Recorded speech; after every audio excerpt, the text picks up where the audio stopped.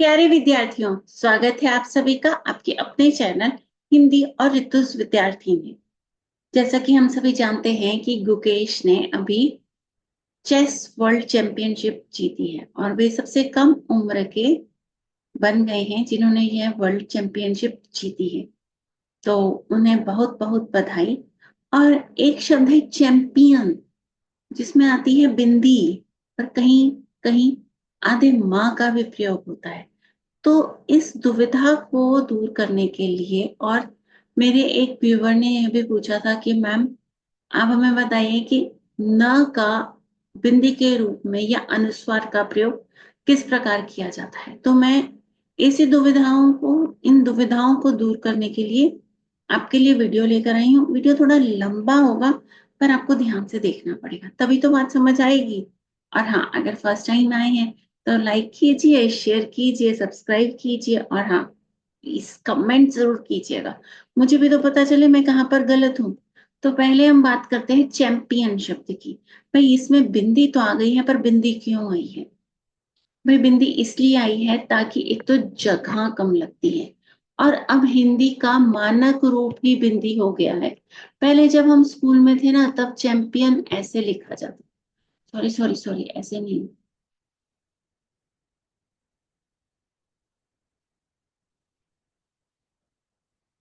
ऐसे। इससे क्या होता है कि जो माँ है वो थोड़ा सा अटपटा भी लगता है, पर जब हम बिंदी का प्रयोग करते हैं तो शब्द थोड़ा छोटा हो जाता है, और वो जो अटपटापन होता है वह समाप्त हो जाता है। तो इसीलिए अब हिंदी में बिंदी का प्रयोग बहुत महत्व रखता है। तो इसी हिंदी में बिंदी यानी अनुस्वार के प्रयोग को समझाने के लिए मैं यह वीडियो लेकर आई हूँ। भाई अनुस्वार होता क्या है? अनु प्लस स्वर, यानी कि अनुस्वार जो कि स्वर के बाद लगता है। क्या मैंने सही बोला? आप लोग जरा मुझे बताइएगा कि क्या मैंने सही बोला। और अनुस्वार में शिरोरेखा, जिसे हम कभी कभी इंग्लिश का शब्द लाइन भी बोल देते हैं, उसके ऊपर इस तरीके से एक छोटी सी बिंदी होती है, और इस बिंदी को हम अधिकतर माँ और ना के रूप में ही बोलते हैं।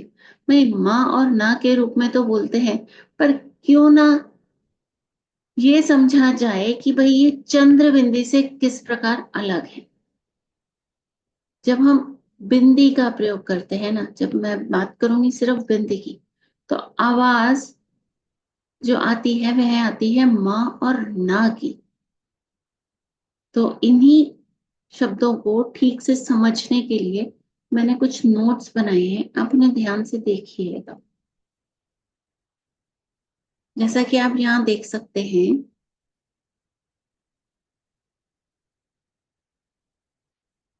अंक को अनुस्वार कहते हैं अपने ही वर्ग के किसी व्यंजन से पहले हलंत रूप में आने पर।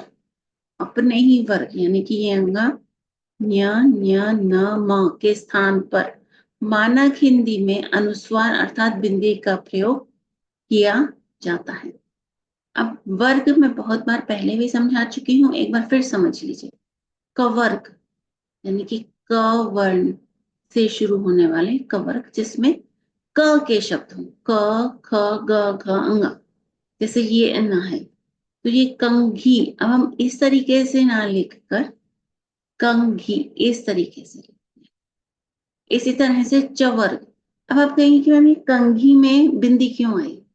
आपको क्या देखना है? आपको देखना है कि बिंदी के बाद या अनुस्वार के बाद कौन सा वर्ण आ रहा है। घ आ रहा है, घ आ रहा है इसमें, तो इसीलिए यह हो गया बिंदी के रूप में प्रयोग।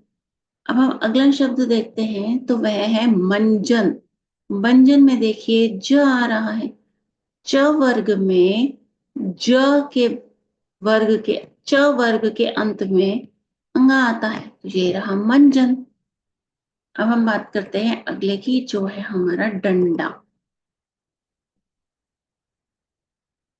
ड बना हुआ है यहाँ पर, तो ड यहाँ पर आ रहा है, तो यहाँ पर ये बिंदी के रूप में ना आ रहा है, जो हम प्रणाम में बोलते हैं।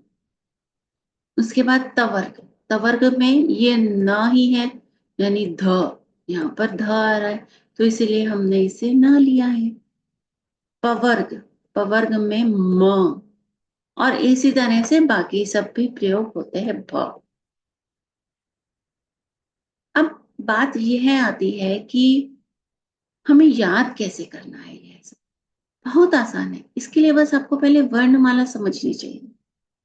और जो इसके बाद भी है ना, य र ल व श श स ह क्ष त्र ज्ञ श्र, उसमें भी बिंदी ही लगती है लगभग।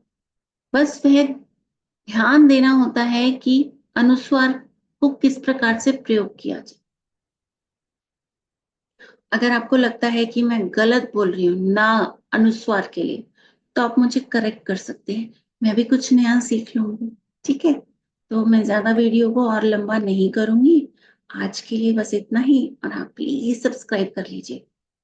थैंक यू, बाय बाय, अपना ध्यान रखिए, खुश रहिए, और हाँ, खुशियां बांटिए।